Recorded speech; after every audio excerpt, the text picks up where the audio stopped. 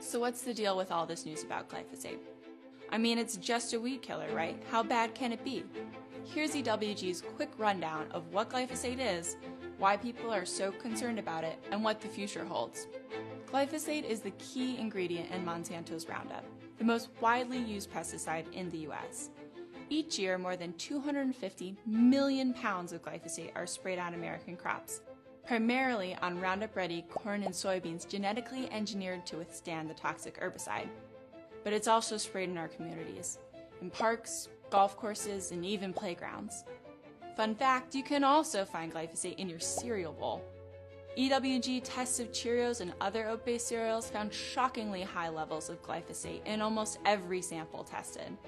Nearly every time a government agency or public interest group tests food for glyphosate, they find it. So why are people so concerned? In one word, cancer. In 2015, the World Health Organization designated glyphosate a probable carcinogen.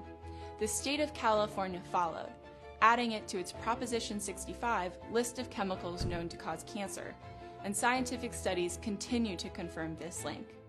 We should flag here that the United States Environmental Protection Agency does not agree, but we'll come back to that in a minute.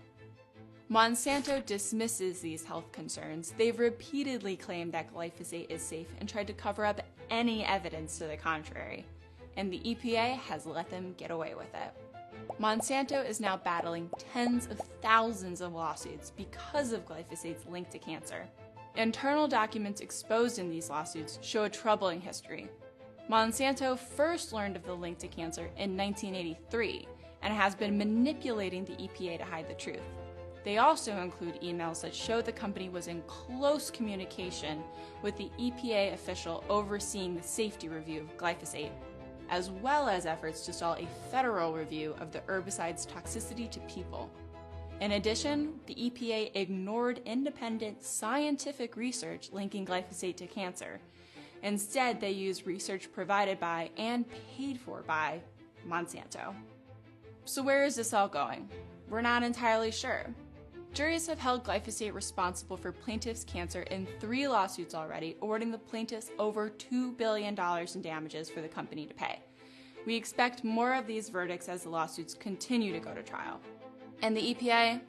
Well, the EPA has doubled down on their support for glyphosate. In April 2019, the EPA announced that it believed glyphosate to be safe. Needless to say, at EWG, we don't agree. We stand by the scientific evidence linking glyphosate to cancer, and we're going to continue to raise awareness. But we need your help. Go to ewg.org/glyphosate to take action and spread the word to your friends and family on social media.